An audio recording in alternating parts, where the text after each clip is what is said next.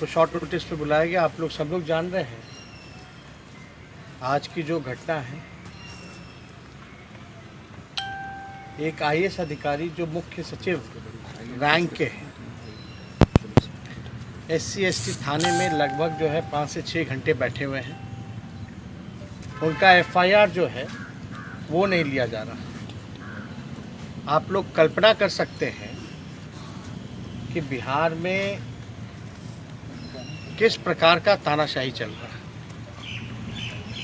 एक मुख्य सचिव का अधिकारी उस रैंक का बकायदा पूरा डॉक्यूमेंट के साथ, एविडेंस के साथ वो मुख्यमंत्री जी पर और उनके कई अधिकारियों पर एफआईआर करने पहुंचता है, लेकिन एफआईआर नहीं लिया जाता। आप सबको याद दिलाना चाहेंगे, चुनाव का वक्त था, नेता विरोधी दल पर एफआईआर हो जाता है हत्या का। हमने खुल करके बोला था भाई कि आप जांच कराइए। जब नेता विरोधी दल पे एफआईआर हो सकता है तो मुख्यमंत्री और उनके अधिकारियों पर एफआईआर क्यों नहीं हो रहा? और वो भी वो करने वाले हैं मुख्य सचिव के रैंक के अधिकारी, बकायदा दस्तावेज के साथ। आप कल्पना कर सकते हैं, बल्कि थाना का प्रोसीजर है, कोई भी अगर कंप्लेन करता है तो उसको कंप्लेन को लेना ही पड़ता है। आखिर ऐसा क्या कारण है कि नीतीश कुमार जी के अधिकारी जो हैं, जो प्रधान सचिव हैं, उनके मंत्री भी उन्हीं पे आरोप लगाते हैं और इनके अधिकारी जो मुख्य सचिव रैंक के अधिकारी हैं वो भी उन्हीं पे आरोप लगाते हैं। और इसमें बात तो बढ़ गई है भाई। आखिर ऐसा क्या प्रेम है कि कोई कार्रवाई नहीं करते नीतीश कुमार जी? हमने तो खुल करके ना बोला था कि भाई जांच कराइए, और 10 दिन के अंदर जो है रिपोर्ट आ गया था, सच सामने आ गया था मेरे ऊपर, हमको क्लीन चिट दे दिया गया था। तो साच को आंच किस बात का? नीतीश कुमार जी सुशासन का दुहाई देते हैं कि बिहार में सुशासन का राज है, लेकिन आप कल्पना कर लीजिए क्या स्थिति बनी हुई है बिहार की। मुख्यमंत्री पर आरोप लग रहा है, उनके अधिकारियों पर आरोप लग रहा है, और एक थाना में उनके खिलाफ जो है एफआईआर नहीं दिया जा रहा। और वो भी वैसा व्यक्ति जो समय पर जो गृह सचिव भी रह चुका हो, जिसको सारे नियम हवाले पता है, कानून की जानकारी है, और इतने घंटे से जो है अब तक जो है बैठा करके रखा गया। ये बड़ा गंभीर मसला। देश में आज तक हमने नहीं देखा कि ऐसे मुख्यमंत्री पर आरोप लगता हो और तानाशाही रवैया अपनाया गया। कंप्लेन ही नहीं लिया जा रहा। अरे भाई कंप्लेन ले लीजिए, इंक्वायरी जो भी होता है, पहला कंप्लेन फर्स्ट इन्वेस्टिगेशन कर लेगा भाई, पता चलेगा कि कंप्लेन में दम है कि नहीं है। तो इसमें डर किस बात का है भाई? कुछ दिन पहले ही आप देखे होंगे कि हाई कोर्ट जो है क्या क्या टिप्पणी राज्य सरकार पे नहीं किया, क्या क्या नहीं बोला गया कि माइंडलेस गवर्नमेंट है, माइंडलेस। इस तरह की टिप्पणियां की जा रही हैं। अब बिहार के मुख्यमंत्री को सामने आना चाहिए कि जो उन पे आरोप लगा है वो आरोप सही है या क्या है, उस पर जस्टिफाई करें भाई। जस्टिफाई तो बनता है ना। एक चीफ सेक्रेटरी रैंक का अधिकारी अगर मुख्यमंत्री पर आरोप लगा रहा है, एफआईआर करने पे लगे हुए हैं, तो मुख्यमंत्री को तो सामने आकर के बताना चाहिए, जस्टिफाई करना चाहिए कि आखिर क्या कारण है। यानी यहां तो राजशाही चल रही है, मुख्यमंत्री पूरी तरीके से तानाशाह राजा बने हुए हैं। चाहे मुख्यमंत्री हो या प्रधानमंत्री हो, कानून के सामने सब लोग बराबर हैं। है किस बात का? डर किस बात का है? क्यों ऐसे छुपे हुए हैं? क्यों एफआईआर नहीं होने दे रहे हैं? क्यों 5-6 घंटा से उस अधिकारी को वहां बैठाया गया है? वो तो पूरी तरीके से कानून का पालन करते हुए तरीके से एकदम जाकर के अपना कंप्लेन कर रहे हैं, दस्तावेज दे रहे हैं। ये तो पुलिस की जिम्मेदारी है, थाने की जिम्मेदारी है कि कंप्लेन ले, एफआईआर दर्ज कराए, इन्वेस्टिगेट करे। दूध का दूध पानी का पानी हो जाएगा। अब मुख्यमंत्री जी ईमानदार हैं तो पता चल जाएगा, लेकिन ये बात जो है दूर तक जारी है। जिस प्रकार से नीतीश कुमार जी के मंत्री, भाजपा के विधायक, IAS officer, chief secretary rank के अधिकारी जिस प्रकार से मुख्यमंत्री और उनके निजी अधिकारियों पर, उनके प्रधान सचिव पर अगर आरोप लगा रहे हैं, एक व्यक्ति ने नहीं, अलग अलग व्यक्तियों ने, वो भी सत्ता में रहने वाले लोग, ध्यान से, तो मामला कुछ ना कुछ दाल में काला नजर आ रहा है। ये मामला दूर तक जाएगा। क्यों मुख्यमंत्री पे एफआईआर नहीं हो सकता? आप लोगों ने भी कई बार दिखाया था, जब हम पे हत्या का मुकदमा हुआ, हमने खुद आपको बोला कि भाई जांच होनी चाहिए, जांच कराई जाए चुनाव के समय, क्या दिक्कत है? लेकिन इस तरह की घटना अगर हो रही है तो आप कल्पना नहीं कर सकते बिहार में किस प्रकार का सुशासन चल रहा है, तानाशाह चल रहा है। पूरी तरीके से भ्रष्ट लोगों का जिम्मेदारी दी गई है। बिना भ्रष्टाचार के कुछ नहीं होता है। ईमानदार लोगों को डराया जाता है, धमकाया जाता है। पूरे सुशासन में नीतीश जी का यही काम हुआ है।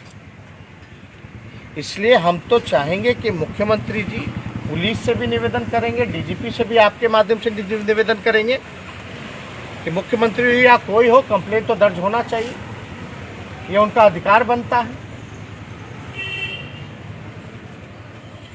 आखिर मुख्यमंत्री हैं तो कोई कंप्लेंट नहीं हो सकता।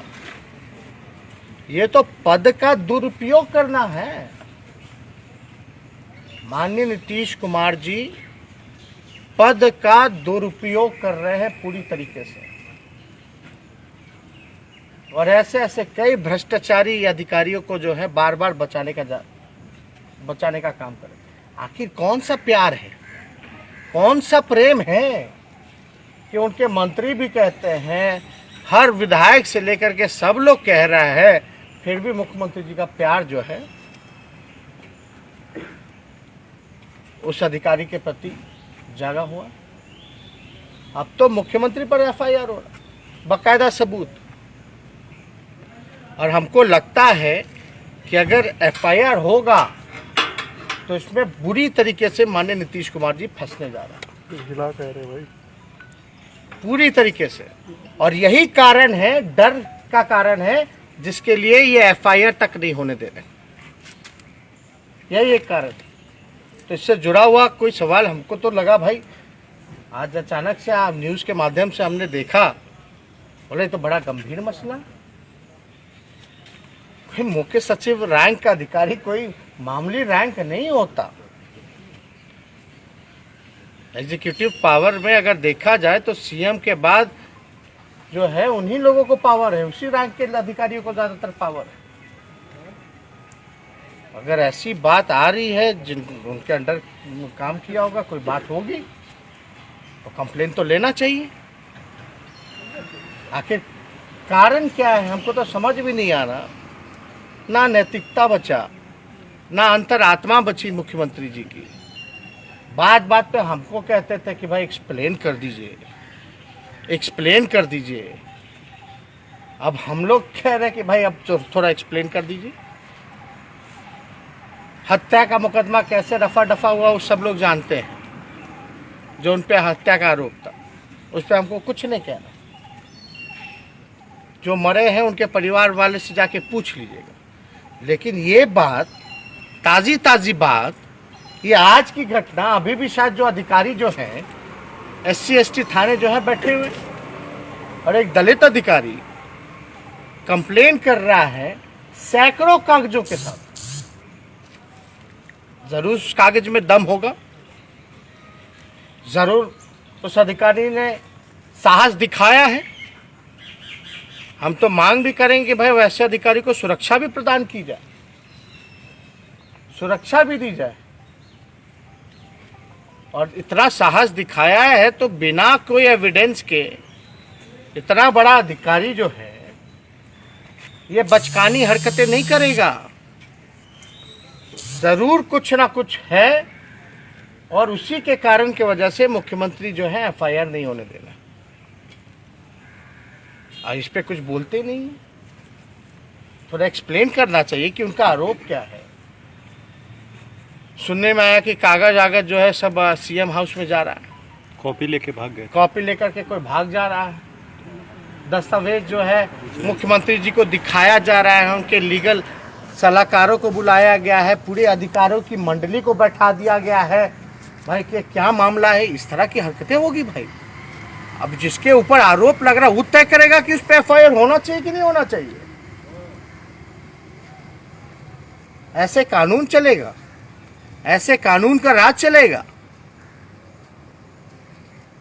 ये बहुत ही निंदनीय घटना है, शर्मसार करता है। और मुख्यमंत्री जी कम से कम DGP साहब कम से कम अपने कर्तव्यों को निभाएं, इन्वेस्टिगेट कीजिए, FIR कंप्लेन लीजिए। दूध का दूध पानी का पानी हो जाएगा। आखिर डर किस बात का, अगर मुख्यमंत्री ने कुछ नहीं किया तो? यानी कुछ ना कुछ गड़बड़ है तभी ना FIR नहीं हो रहा है। ये बात तो सिद्ध हो गया। हम लोग को लगा चलो भाई 1 घंटा में हो जाएगा FIR, 2 घंटा में हो जाएगा, 3 घंटा में हो जाएगा। 5-6 घंटे हो गए, दोपहर से आदमी बैठा हुआ है वहाँ, अधिकारी बैठा हुआ है, FIR नहीं होना। यानी जरूर दूध में दूध, दाल में कुछ ना कुछ जरूर काला है। और इसमें जरूर मुख्यमंत्री की अहम भूमिका होगी। और सारे दस्तावेजों को मुख्यमंत्री आवास जो है वो बुलाया जा रहा है, दिखवाया जा रहा है। अरे मुख्यमंत्री जी को सामने आके आप लोगों के सामने कम से कम कहना चाहिए था तेजस्वी की तरह कि मुकदमा किया है तो जांच कराओ, FIR हुआ है तो जांच होनी चाहिए, दूध का दूध पानी का पानी होगा। क्या मुख्यमंत्री ये नहीं कह सकते कि अगर मेरे ऊपर कोई शिकायत है, कोई कंप्लेन है तो उसको स्वीकृत कराया जाए और जांच कराया जाए? हम तो अभी ये भी नहीं कह रहे कि भाई पद से इस्तीफा दे दीजिए और जांच कराइए। हम तो कह रहे हैं कि भाई कम से कम उस अधिकारी ने साहस दिखाया है, इतने सैकड़ों दस्तावेज के साथ वो कंप्लेन करने गए हैं मुख्यमंत्री पर, तो कम से कम वो FIR तो होनी चाहिए। तो इसमें जो है अगर आपको कुछ इससे रिलेटेड अगर कोई सवाल है, कुछ पूछना चाहते हैं तो पहले सर शास्त्री नगर थाना में वो FIR दर्ज करने के लिए कहते हैं, सीनियर SP और DSP भी जो है इस मामले पर उन्होंने रिसीविंग दिया तो उन्होंने कहा, मगर अभी तक उस पर भी FIR नहीं हुई। इसके बाद 3 महीने बाद फिर जाते हैं वो। ये बात तो आपको समझना पड़ेगा ना कि मुख्यमंत्री के इशारे पे हो रहा है, और मुख्यमंत्री जी के यहाँ दस्तावेज पहुँच रहे हैं, कंप्लेन जो है वो हटा दिया जाता है। तो कोई ना कोई बात तो है। आखिर क्या कारण है भाई? कोई ना कोई कारण तो होगा। अगर मुख्यमंत्री ईमानदार होते तो भाई बोलते मेरे तरह कि जांच करा दीजिए, क्या दिक्कत है? लेकिन जी एक और घटना हुई है, बेतिया में जहरीली शराब से कई लोगों की मौत हो गई। लेकिन विषय अलग है, ये विषय अलग है। ये इससे बड़ा गंभीर हमको नहीं लगता। इसके बाद भी कोई सवाल किसी और विषय का पूछना बनता है। जो राज्य का मुख्यमंत्री है उस पर आरोप लग रहे हैं और फिर भी लोग खामोश हैं, ये अद्भुत है। सुधीर जी ने कहा है कि प्रधान सचिव मुख्यमंत्री के मंत्री लगातार सवाल उठा रहे, पता किस लोग में या किस मजबूरी में जो है उनको प्रधान सचिव बना के रखे हुए हैं। वो यही बताओ, आप पूछ लीजिए मुख्यमंत्री जी से। हम भी जानना चाहते हैं, पता चल जाता तो हमको भी बता दीजिए। हम तो बोल ही नहीं रहे कि कौन सा प्रेम है, मंत्री से लेके बड़ा अधिकारी से लेके, यानी कुछ ना कुछ तो है ना भाई गड़बड़ घोटाला। तभी ना कार्रवाई नहीं हो रही है, तभी ना FIR नहीं हो रही है।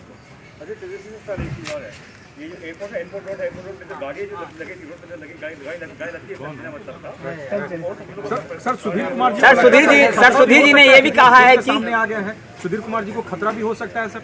नहीं, हम तो बोल रहे हैं भाई उनको सुरक्षा भी देनी चाहिए। सर सुधीर जी ने ये कहा जो एप्लीकेशन जो इंग्लिश में था, इंग्लिश जो उनको थाना प्रभारी को समझ नहीं आया इंग्लिश, इसलिए एफआईआर रजिस्टर्ड नहीं किया गया है। थाना प्रभारी का 35 पेज का अंग्रेजी में लिखा हुआ है, समझ ये बेवकूफ़ी वाली बातें हैं, मामले को टालने वाली बात है। अगर ऐसी बात होती तो वो तो हिंदी में भी लिख के दे सकते हैं। 6 घंटे में तो अनुवाद